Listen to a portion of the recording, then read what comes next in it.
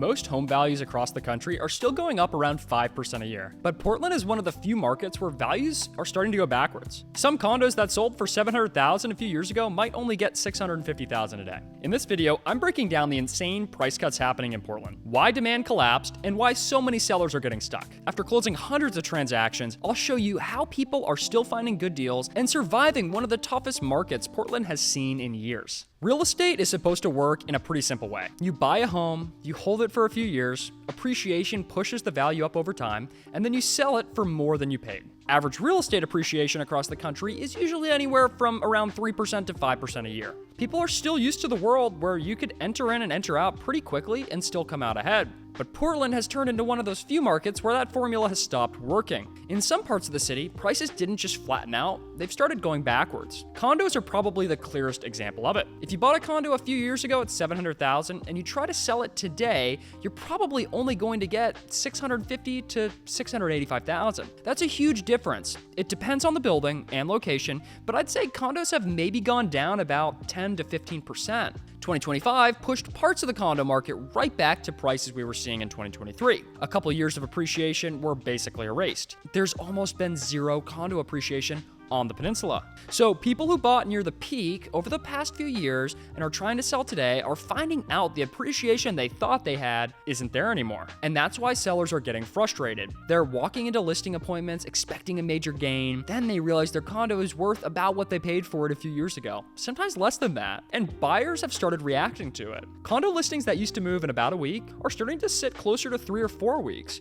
In Cumberland County, a condo supply had a huge jump too. At that point, sellers couldn't just name a price and expect buyers to chase it. More than 20% of condo listings last year never sold at all, and price cuts became normal again. At the same time, the monthly cost of owning a condo kept getting higher. Think about insurance, snow removal, property management. All of it got more expensive, and HOA dues went right up with it. So buyers are looking at these condos knowing they're paying more every month for properties that aren't really appreciating the way they want to. Single-family homes are holding up better, but they're not immune to it. Prices have held closer to the mid-high 500s, while values have stayed kind of firm. The gap between what sellers expect and what the market will deliver is still very real. Let's say somebody bought a house for around $450,000, held it for a year and a half, and maybe today it's worth $470,000 or $475,000. People look at that and think appreciation worked. But once you factor in real estate cost to sale, closing costs, repairs, staging, concessions, the deal barely works. The seller's walking away with far less than what they might have expected,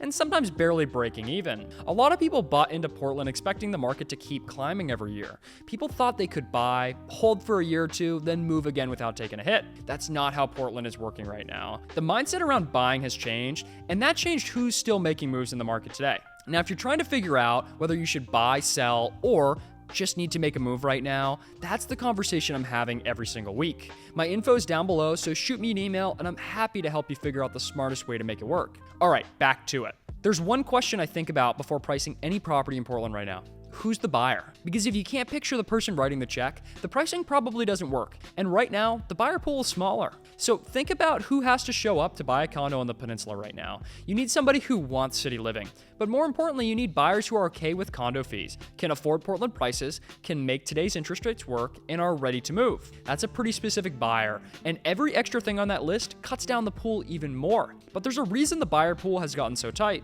During the pandemic, Portland had way more demand than normal, and now the demand is shrinking back while the inventory has stayed behind. Back then, people realized that they could work from anywhere. So we had this huge wave of remote workers coming in from Boston, New York, places like that. The demand pushed prices way up. Condo projects started getting built to keep up with it, and the inventory climbed a lot. Sellers also started pricing homes around the idea that those buyers were going to be coming for years. But then things started to move back to normal. More companies pushed people back into the office, interest rates got higher, and the buyer pool started shrinking, while all those listings and condo projects were still hitting the market. So now every condo listing in the city is competing for the same smaller group of buyers that's left. I know of one condo project in the city where the developer started planning it years ago and built during COVID, back when the buyers were flooding into Portland. But by the time the building was done, the wave was over. Now, they're still sitting on dozens of condos that are sitting vacant and haven't sold. That's what happens when you build for a market that doesn't really exist anymore. Now, a lot of people think this market just needs lower rates or a little bit more time to bounce back, but in a bit, I'll explain why this probably isn't getting fixed as fast as what people think. Stick with me. Now, the real problem is the disconnect between sellers and buyers. On one hand, sellers still want the appreciation they expected. They want to get out of the property with a profit, not sell for what they paid for a few years ago. But on the other hand, buyers have more options now. Inventory went up, demand pulled back, rates got higher, and buyers stopped chasing listings the way they used to. Sellers are still listing condos in the mid to high 500,000s, while a lot of deals are actually closing below that. It could be over a $160,000 gap between what sellers hope to get and what buyers are willing to pay right now. That's why price cuts keep happening across the city. Portland has sellers trying to hold on to peak pricing, but far fewer buyers who can make those numbers work. So all of this created a market that's not working the way it's supposed to. People aren't coming to Portland thinking they're going to easily cash out, build equity, or improve their financial situation with the next move. There's not much movement because the math just doesn't work well for either side right now. In a normal market, people move because they want to. They sell a house, they cash out, they buy something else, and they end up in a better position financially. That's typically how retirement works. You sell a house in Portland for $650,000, maybe you move somewhere like Greenville, South Carolina, and you can buy a brand new home for $400,000 and bank that extra cash. But that's not happening here. I get a lot of calls from people who want to sell their home and move into a new construction home, single floor, low maintenance, no issues. All the stuff retirees usually want. Then they realize the new condo or home that they want costs more than the home they're about to sell. So the move stops making sense, and they can just stay where they are. This is why I keep calling Portland a have-to market. Because if you want to buy or sell right now, unless you're flush with cash, you're probably going to have a bad time. Most of the people still buying or selling right now are in a pretty specific situation. They're either relocating for work, going through a divorce, or they're handling an estate after somebody's passed away. Maybe they're retiring out of the area or selling off investment properties. If you're not sitting on serious cash, you're probably not making a move in the market unless you have to. But even in this tough market, people are still making deals work. A few things are separating the smart moves from the mistakes getting people stuck. And I'll get to that in a minute. Now, most of the activity in Portland is coming from people who need to make a decision, not people who just want to. And that's not an easy fix. The things people keep hoping will bring life to this market again just aren't lining up right now. Usually when prices run up this hard, cities just keep building and building until enough supply hits the market to cool things back down. But Portland can't really do that the same way other cities can. There's only so much land here. You have Casco Bay, the Fore River, Back Cove, and then the historic districts like the Old Port and the West End. Development in those areas is pretty much restricted. So there's a ceiling of how much new construction can actually get built, especially in parts of Portland where demand stays the strongest. Portland isn't suddenly going to flood the market with enough inventory to push prices way down naturally. On top of that, people don't really want to give up the rates they have. A lot of homeowners locked in rates around 3% a few years ago, and now they'd be looking at something closer to 6.5% if they moved. So even people who want a bigger house or want to move somewhere else look at that payment and decide it's not worth it. They stay where they are. And when the move-up buyers stop moving, the whole chain slows down. The starter home doesn't sell, the bigger house sits longer, and listings in that low to mid price range just keep stacking up instead of cycling through the market the normal way. And this is where buyers can get themselves into trouble. Right now, instinct is to wait. Wait for another price cut, wait for the inventory to build, wait for rates to come down. That sounds safe. But there were buyers who did the same thing in 2008. They kept waiting for one more drop or one more wave of inventory, one better opportunity. And then the market recovered while they were still standing on the sidelines. And a lot of them ended up paying more a few years later than they would have paid earlier. That's the trap people are trying to avoid right now. There's no quick fix coming for this market, but if you need to buy, sell, or get out of a property, there's still a great way to do it. There's a 3-word filter that decides whether this market works for you or not. Ready, willing, and able. You need to be all 3 right now. 2 out of 3 don't work anymore. Back when the market was running hot, people could get away with just being half ready or testing the waters, but that market's gone. If you're selling, willing means you're ready to make the property compete.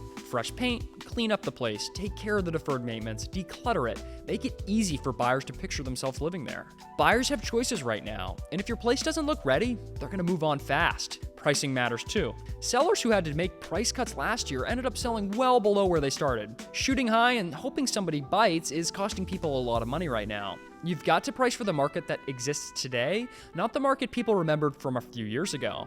And buyers need access. If you can't get into the property, they're not going to be buying it. The other thing hurting sellers right now is the old mindset from the peak years: selling as is, not negotiating, take it or leave it.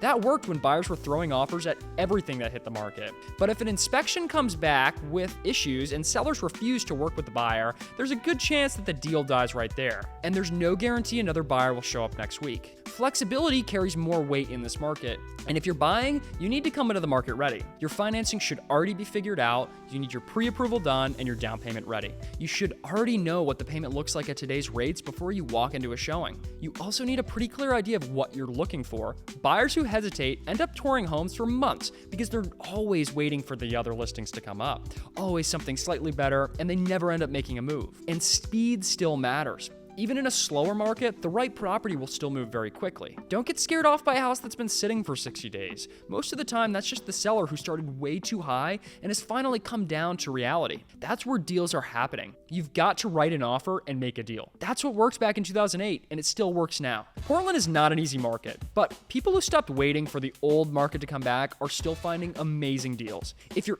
in one of those situations where you need to make a move, or you're trying to figure out whether buying or selling even makes sense right now, you can shoot me an email. We'll figure out how to make this market work for you. And if you're a seller wondering why some Portland homes still sell fast while others sit for 60 days, I've linked another video breaking down the 5 things separating the homes that move from the ones that don't. Thanks for watching, and I'll see you in the next one.